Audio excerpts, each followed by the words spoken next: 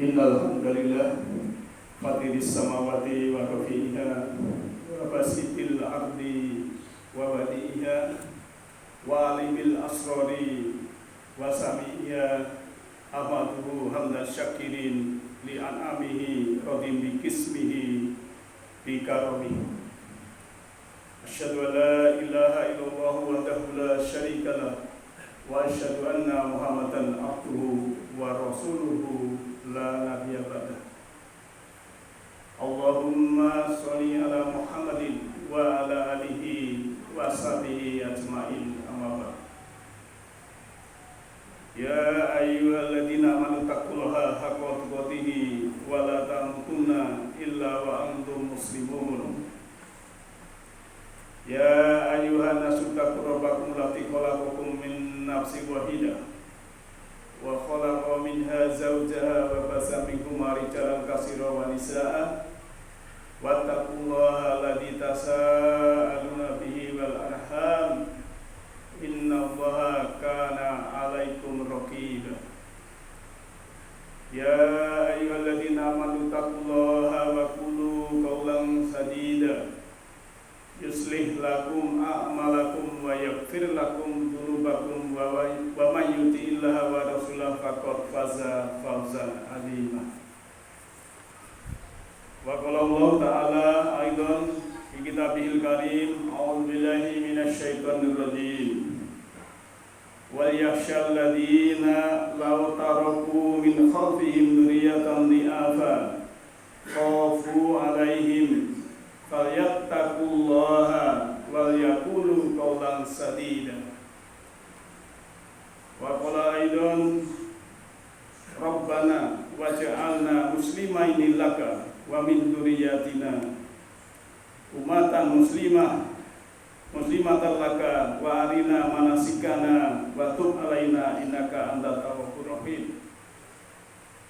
Wa qala aidan ya bunayya aqimis sholata wa'mur bil ma'rufi wanha 'anil munkari wasbir 'ala ma asabaka inna dzalika min azmil umur. Sidang Jumat yang berbahagia, yang insyaallah dirahmati oleh Allah Subhanahu wa taala. Pertama-tama marilah kita senantiasa bersyukur kehadirat Allah taala bahwa pada siang hari ini kita semuanya diberikan kesehatan, kesempatan, kenyamanan, kedamaian, keselamatan, karena semua itu Allah Maha Pengasih lagi Maha Penyayang. Dan dengan bersyukur, insya Allah kenikmatan dari Allah apapun yang kita terima akan menjadi berkah untuk kita semua. Dan dari atas mimbar saya mengingatkan diri saya sendiri, juga hadirin semuanya, marilah kita juga selalu meningkatkan takwaan keimanan kita. Takwa adalah keinsafan. Iman adalah orang yang sudah terbuka mata hatinya, sehingga kita kalau sudah insaf, sudah terbuka mata hati kita, maka kita dalam kehidupan ini akan selalu bersama Allah, akan selalu ingat Allah, akan selalu ingat hukum-hukum Allah, akan selalu ingat ciptaan-ciptaan Allah. Sidang Jumat yang berbahagia, topik siang hari ini saya mengambil tema atau topik yaitu tarbiyah remaja atau pendidikan pengajaran untuk generasi muda. Saat ini viral ada berita-berita di mana anak-anak SMA sudah minta dispensasi untuk menikah. Bukan hanya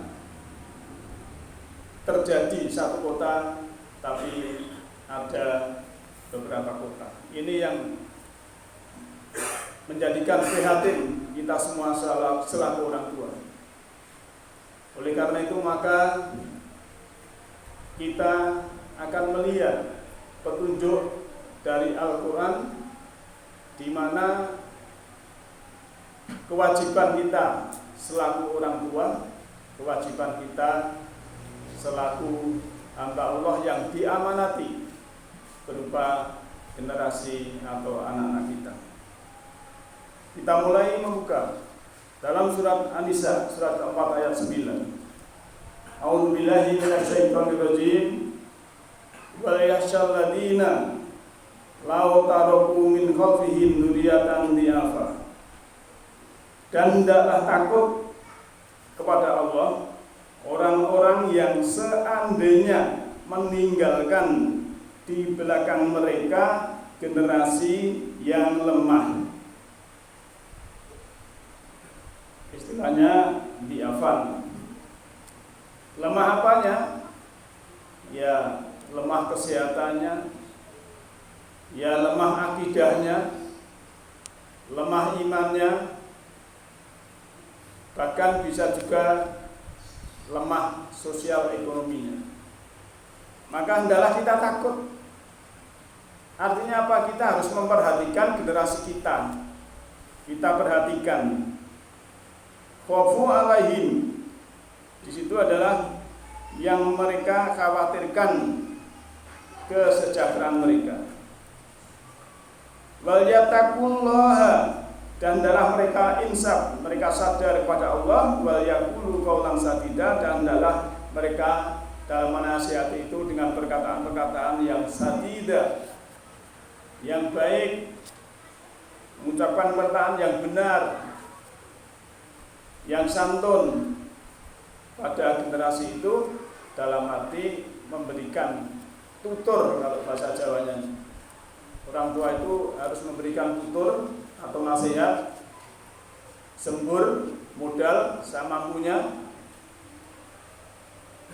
Dan kewajiban itu memang Allah sudah mengingatkan. Hendaklah orang-orang itu takut kalau meninggalkan generasi yang lemah. Artinya apa? Kita disuruh untuk memperhatikan anak-anak kita, generasi kita itu, tentang pendidikan moralnya, tentang pendidikan budi pekertinya. Bukan hanya yang berhubungan dengan materi. Karena manusia itu membutuhkan makanan jasmani, yang berupa makanan yang kita makan tiap hari. Tapi juga anak-anak kita itu punya jiwa, perlu makanan jiwa. Nah, makanan jiwa inilah sebetulnya juga tidak kalah penting dengan makanan jiwa, makanan jasmani. Kalau tidak seimbang, hanya makanan jasmani saja yang kita berikan, kemudian makanan jiwa, rohnya ini, rohaninya ini gersang, kering, sehingga belum waktunya menikah sudah menikah karena terjadi kecelakaan. Ini kan dekandensi moral. Padahal ada kata-kata bijak, ya. Kata-kata bijak mengatakan bahwa di dalam rumah itu kalau sendinya sudah rusak, maka runtuhlah tangga. Suatu negeri kalau budi pekertinya sudah rusak, maka runtuhlah bangsa. Oleh karena itu maka kita selaku orang tua hendaklah memperhatikan apa yang kita berikan kepada generasi kita.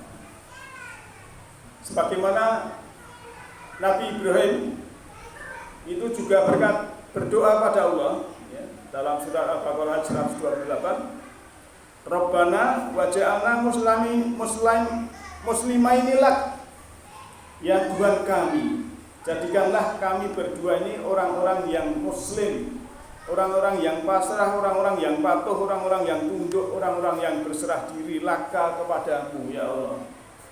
Wa min dzurriyyati, dan juga generasi-generasi atau keturunan-keturunan kami, umatan muslimah, umat yang selalu pasrah, umat yang selalu muslim, umat yang selalu aslama laka kepada Engkau, ya Allah. Wa arina manasikana wa tub alaina, dan tunjukkanlah manasik atau cara ibadah kami, termasuk anak-anak kami ini, tunjukkanlah cara ibadahnya, dan kami bertobat kepada Engkau. Wa tub alaina, tobat itu yang bermakna adalah kembali kepada fitrah sebagai manusia ini. Innaka antat tawwabur rahim, karena sungguhnya Engkau itu maha penerima tobat dan Maha Pengasih. Sudah cuma yang berbahagia. Maka tugas kita orang tua di samping memberikan makanan jasmani, makanan jiwa, kita juga berdoa kepada Allah. Jadikanlah anak-anak kita ini anak yang muslim, anak yang pasrah, anak yang aslama, sudah menyerahkan diri kepada Allah, menyerahkan diri pada hukum-hukum Allah, tidak liar. Karena kalau anak-anak kita gersang dari pendidikan moral, dari pendidikan agama, dari pendidikan budi pekerti yang saat ini terjadi ledakan konten-konten di medsos yang begitu dahsyat, teknologi yang sangat maju, hampir setiap remaja, bahkan mulai dari anak TK sudah mulai pegang HP. Alatnya bagus, HP-nya bagus untuk teknologi komunikasi yang canggih. Tapi kalau salah mempergunakan menjadi setan gepeng. Karena bisa menjerumuskan anak-anak yang belum saatnya mengenal konten-konten yang negatif sudah bisa mengakses. Ini kalau tidak diimbangi dengan kajian-kajian, tidak diimbangi dengan makanan jiwa, baik itu dari orang tuanya, di sekolah maupun masyarakatnya, maka anak ini akan menjadi liar. Akhirnya apa yang terjadi? Kalau ada apa-apa, orang tuanya yang ikut menanggung risikonya. Oleh karena itu, Allah lewat Rasulnya juga sudah memberikan solusi yang seperti saya sebutkan tadi. Di antaranya adalah kita harus memperhatikan tentang kesejahteraannya, tentang akidahnya, tentang budi pekertinya, dan juga kita harus selalu mendoakan.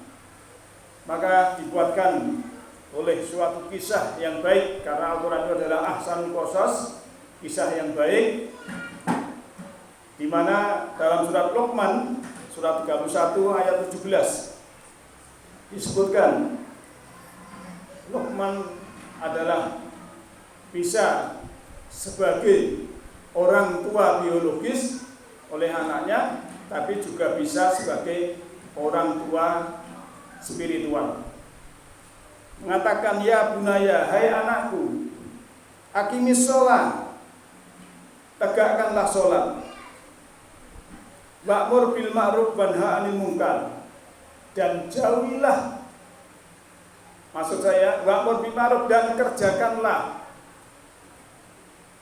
apa yang ma'ruf, perintahlah apa yang ma'ruf, wanha 'anil munkar, dan cegahlah dari yang munkar.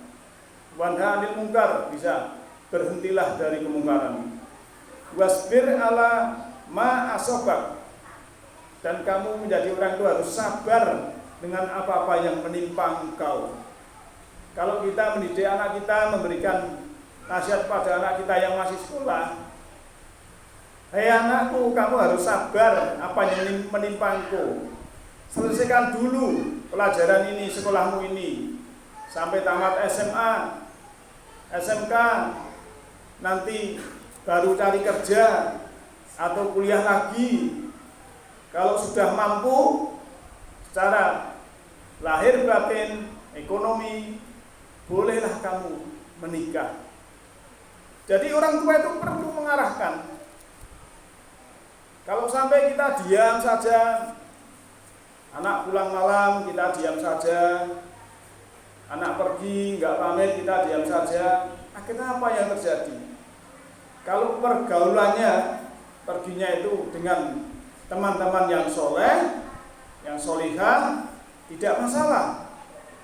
Tapi kalau pergaulannya ini dengan orang-orang atau anak-anak yang memang kurang pendidikan budi pekerti dan adabnya, mungkin anak-anak kita juga akan terpengaruh. Dan ini juga kita sendiri nanti kalau ada apa-apa yang menanggungnya. Maka kita harus perhatikan anak-anak kita bergaul dengan siapa. Karena Allah sudah mengatakan juga innaka antal tawwabur rahim, bahwa Allah itu Maha penerima tobat dan Maha penyayang.